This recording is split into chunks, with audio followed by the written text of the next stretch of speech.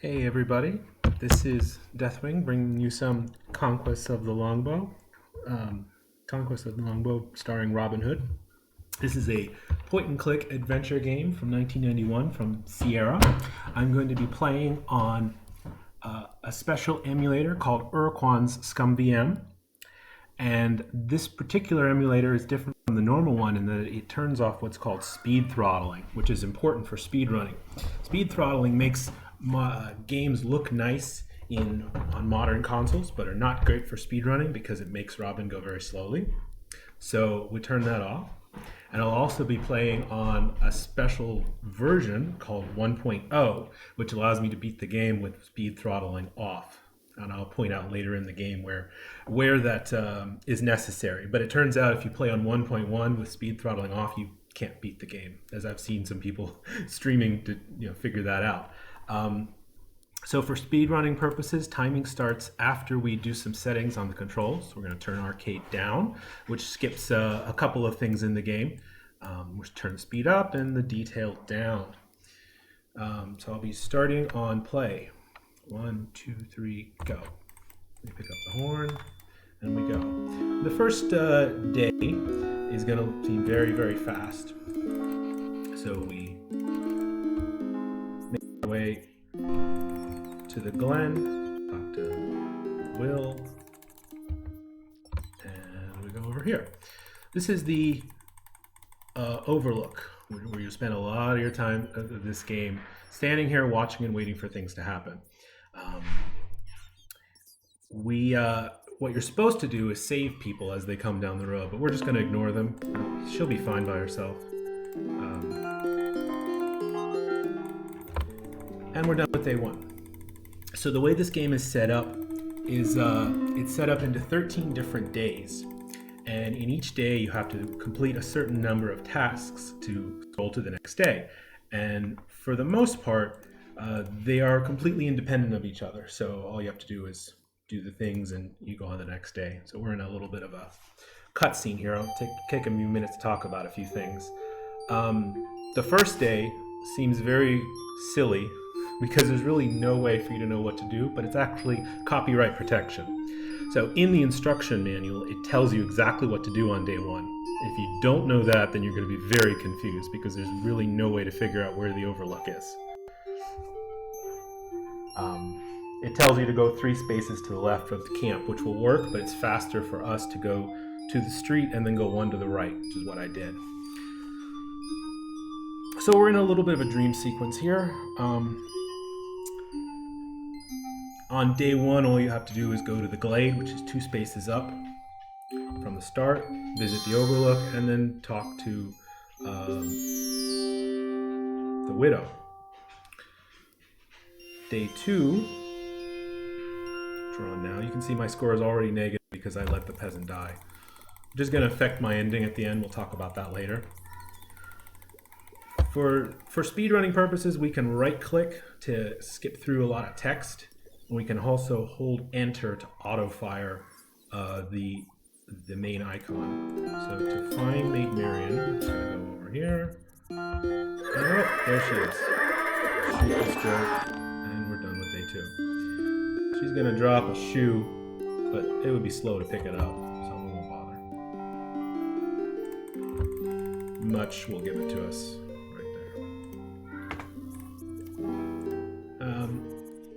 So much of the speedrunning of this game has come out in the last month or so, and we've figured out a lot of skips. So we used to think that you had to go down and talk to that beggar to steal his clothes, but we found out that you can just ignore him, and Little John will do it for you. In those days, they were very paranoid about dead ends. Sierra didn't want to have any more dead ends, at least Christy Marks, I guess, did not. So they wanted to make sure that if you did something stupid, that you could still beat the game. And so we're going to be doing a lot of stupid things.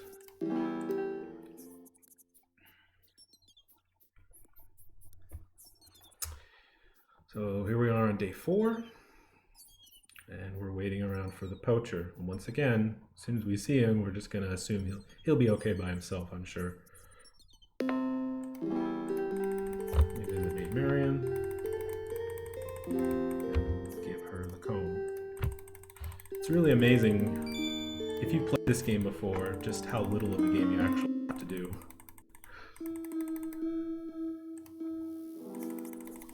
Here we are on day 5. Day 5 has a divergence, where you can do one of two things as your choice. I'm going to hold up here and always do this one first. I'm going to speak to the black monk, who's now from the fens.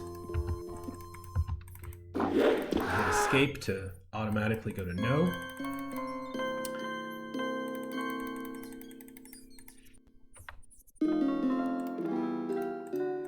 And head to the fens, which is this marshy swamp thing where Maid Marian wants us to go to.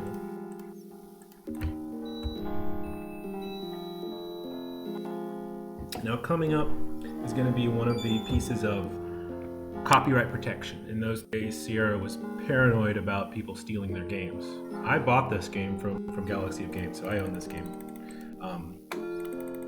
But they were paranoid about people stealing their things, so they put lots of copyright protection in their instruction manuals.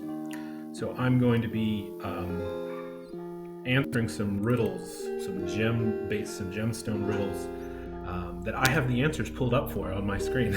You can't see, but a necessary part of speedrunning this game. There are 16 riddles.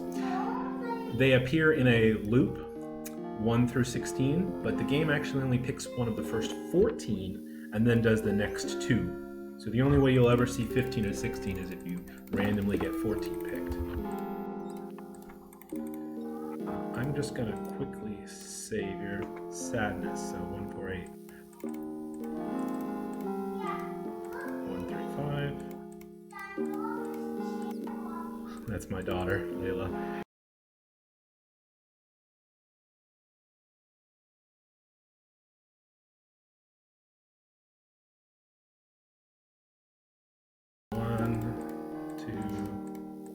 I have in the past misclicked there. What's going on?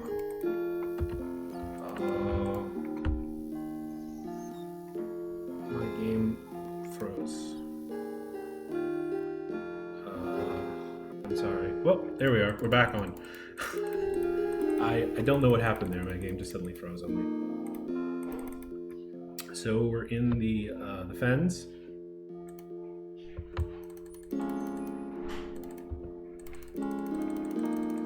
And we're just gonna bother the prior a bit, and this guy, we'll just leave him hanging around for a second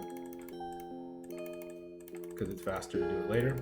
We have to do a couple of things here. This is the thing that Marion wants us to get, and this is something Folk will want us to get. He's the guy, the monk that's he's the jester just hanging around in the torture room. And that sound means we lost points because we let him go.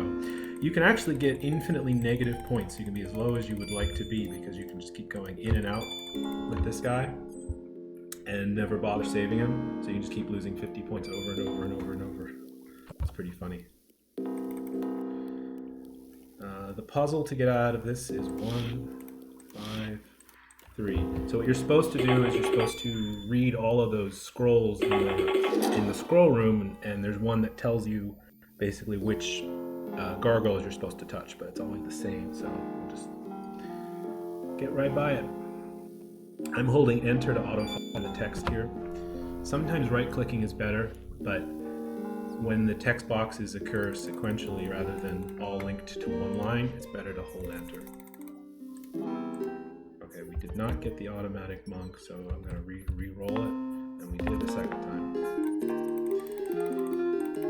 So if you've played this game, you probably expect this portion to be the longest part of the run, and you would be wrong.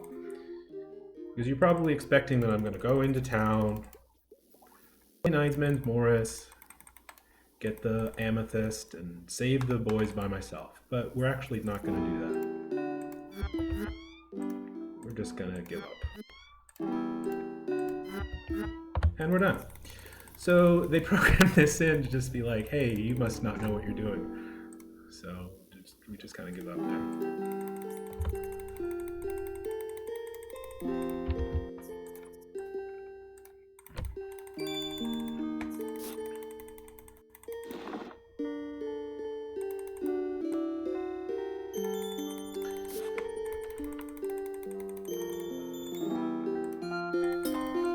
we need to, since we didn't save the boys ourselves, we have to talk to her to get the net. And now the infamous Pixie. And so this is why you have to play the game on 1.0. If you play the game on 1.1, this portion is unbeatable. And I cannot collect him from the left with speed throttling on. So I just got unlucky. So I have to wait for him to come from the right in order to catch him. Coming up is going to be some riddles, and so I thought it might be fun to see the chat try to solve the riddles of the game. So I'm going to give a little bit of time if the Pixie ever comes from the right. Got a little bit of bad luck here. So I'm going to let the chat try to answer the riddles rather than answer them myself. Oh man, this is a run killer, by the way, if this happens.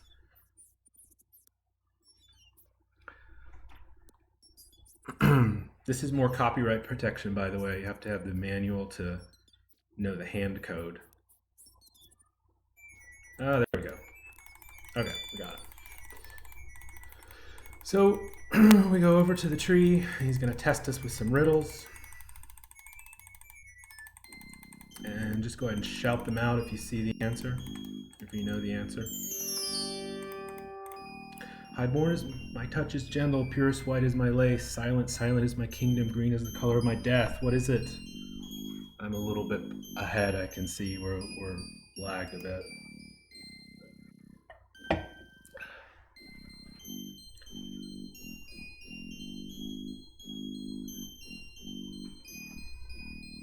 I'll give you another 10 seconds. Snow is right.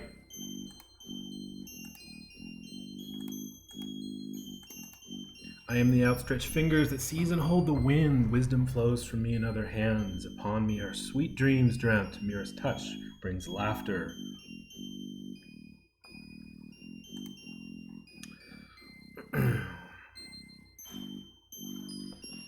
Give it 10 more seconds.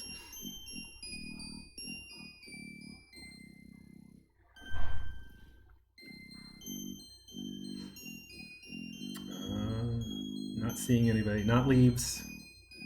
Leaves is not correct. I'll do the first letter.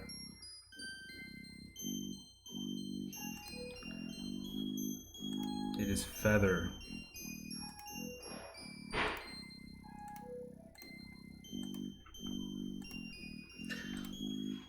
Golden treasures I contain, guarded by hundreds of thousands, stored in a labyrinth where no man walks, yet men come often to seize my gold.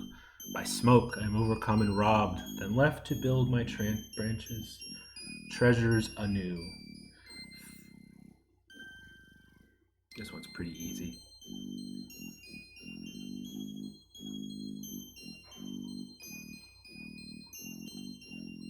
Ten seconds.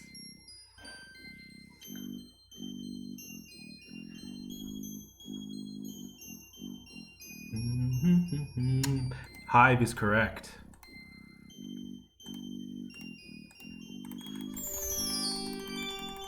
And we're done. All right, so now we go to the next day. There's, I think, 8 riddles, and you get 3 at random. Again, they're on kind of a loop, so you get the next 2 automatically. Feather is, by the way, is the worst one to get because it's the longest to spell. So we got more bad luck. Okay, again, we're going to go here, and this is another example of new tech that was discovered in the last month. We used to think you had to go down and talk to this guy, but you can just go right back here, and not only do you skip it, but you just automatically get the costume. So now we're going to the fair.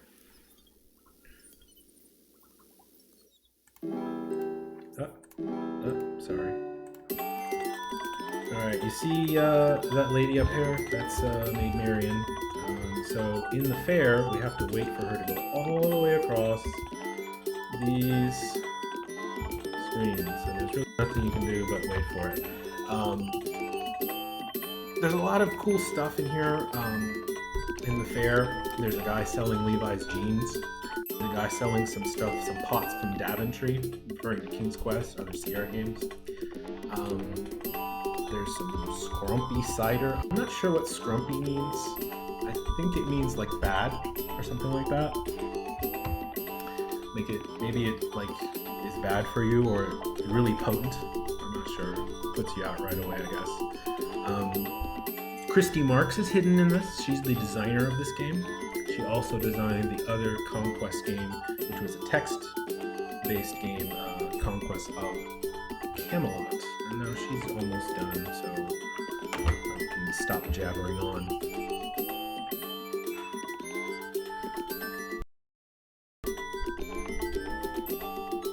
And go away. Okay, so now we want, where is,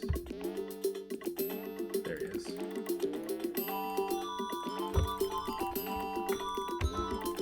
Alright, so they meant for this to be copyright protection, again, that you were supposed to pick out a particular coat of arms, but it's always the second one. Alright, here we are on day 9, and on day 9 we have to run from the, the King's Men. And you can do this in a lot of different ways, but this is the easiest way, D-U-I-R, doer. So that is the code, again, more copyright protection for oak. So what you're supposed to do is find a tree, look at it, figure out what it is, look in the book, and look up what its druidic name is. But doer is pretty easy, so we just do oak. Now, if you've played this game before, you're probably expecting me to go to Watling Street and wait for the merchant, but instead we can actually just do puck, and we're going to try to steal money from the, in case I didn't mention it before, tab brings up your inventory. And we just leave, and we're done. We just give up. She gives us the box, so look here, see, oops, cistern. Oh, it didn't register my click there, sorry.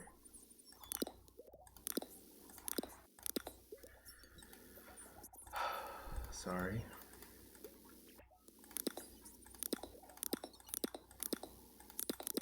There we go.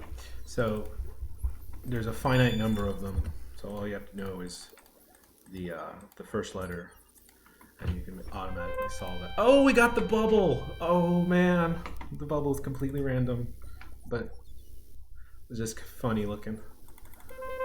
I did not expect that. The odds are like 1 in 100 on that.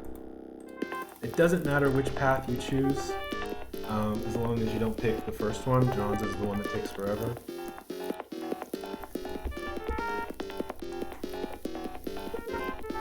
And I put on the fire ring, at least I hope I did. Good. Okay, you can soft lock the game here if you click immediately, so we have to wait. Okay, we should be okay. If you click too fast there, you soft lock the game. While Marion is dying, we're just going to go ahead and switch rings here for later, because she's not in a hurry or anything.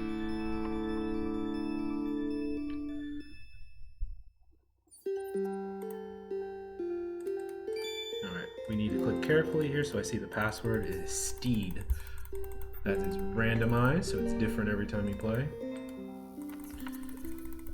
Alright, and this is the point the game's been basically building up to. You're supposed to be preparing for the treasure train to come so that your outlaws can go and steal the money and give it to King Richard. And we're not going to do that because we don't care about him. Instead, we're just going to mess around with wild boars. So if you pick Munch's plan, you just skip all of it. And we raise no money. Whoops. Alright, so just like on day 9, we have to hide from the King's Men, but differently this time, you'll notice that I didn't bother to spell doer. Just click off of it and it just works. I don't know why, it just does.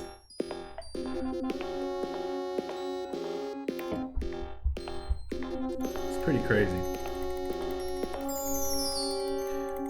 We're going to do another glitch here in just a second, a little more interesting of a glitch. We go down here.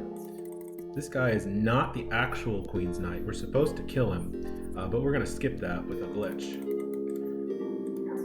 we do hand code and your map icon comes back up. You can just skip it. Isn't that nice?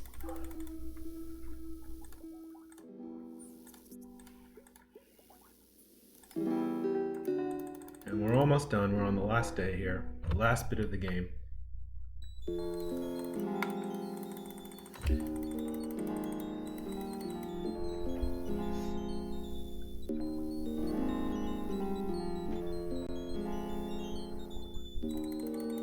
And these will-o'-the-wisps are fixed. There's only 3 patterns. But just to be on the safe side, I'm just going to quickly save. Just so I don't mess up here. Okay, diagonal right, so it's going to be to the left. So there's only 3 patterns, so if you look at which way they go, you'll know immediately how to go from there. Okay, we spell Gort. G-O-R-T. Gort is the name of these vines in the Druidic language. We're not going to sub 20. This was, by the way, the record is just under 16 minutes, 15:57. We spell out steed.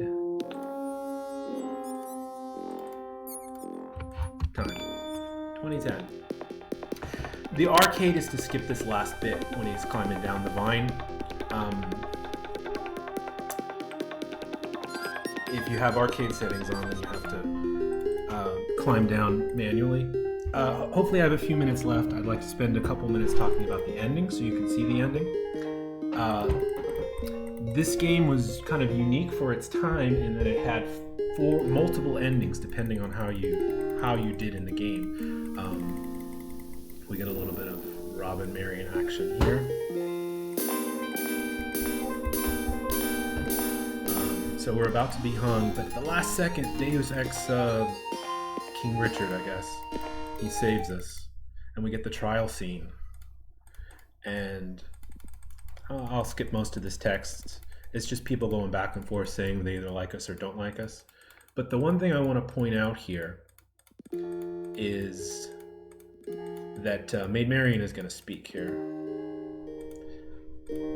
So Maid Marian, we saved her. Here she is talking, right? And she's saying we're loyal and so forth, and, you know, definitely alive, right? And then the trial is over and we get to see what our ending is. And we get sentenced to death. But the funny thing is here, he says, I missed most bitterly the voice of Marian. So the game thinks she's dead, even though she just talked. Not been seen from the face of this earth. And even Robin is like, yeah, she's dead, but we definitely saved her. You remember, I was there, you were there. She just spoke, right? So yeah, they didn't program it in properly to account for reaching this ending with saving her life, which is pretty funny. Yep. Anyway, we get the worst ending. We get hung. So this is the worst ending. There is actually 4 endings. The others are Pardon, Forester, which is like a job in the King's Forest, and then finally getting knighted, or earled rather, and getting to marry Maid Marian. And it's actually very interesting how you accomplish these. I have it all mapped out. It's too complicated for me to go through right now, but basically it's how much money you raise and how nice you are to people over the course of the game, and we just kind of blew everybody off. So yeah, that was death. And that's it for me. That's the run. I hope you guys really enjoyed this. Shout outs to One Short Eye for getting me into this. He's the guy that started speedrunning this game. And I'm not sure what I'm supposed to, if I should sign off or if anyone has any questions or